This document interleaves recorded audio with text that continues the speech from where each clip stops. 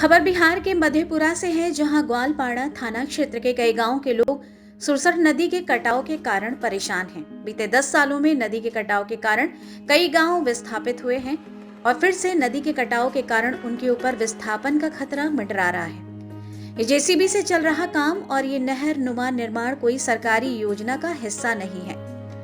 ये नदी की धारा को बदलने का प्रयास है। इलाके के कई गांव नदी की बदलती धारा के कारण कटाव की चपेट में है। बात ग्वालपाड़ा थाने के सुखासन पंचायत के गौसाई टोला वार्ड संख्या 6 की है।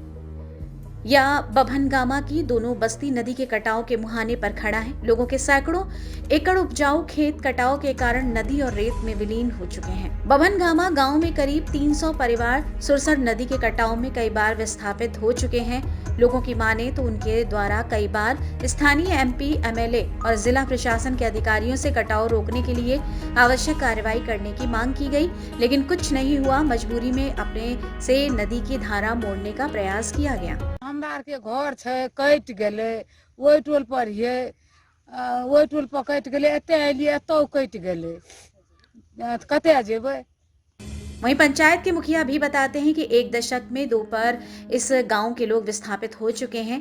एक बार फिर नदी नई बस्ती के पास पहुंच चुकी है।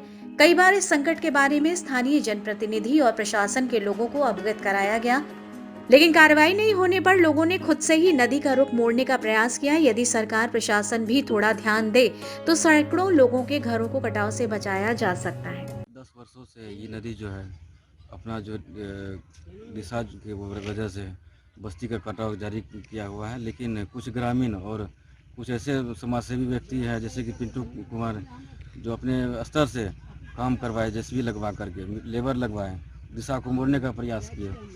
इसके लिए हम लोग भी आवेदन दिए, विधायक जी को भी दिए।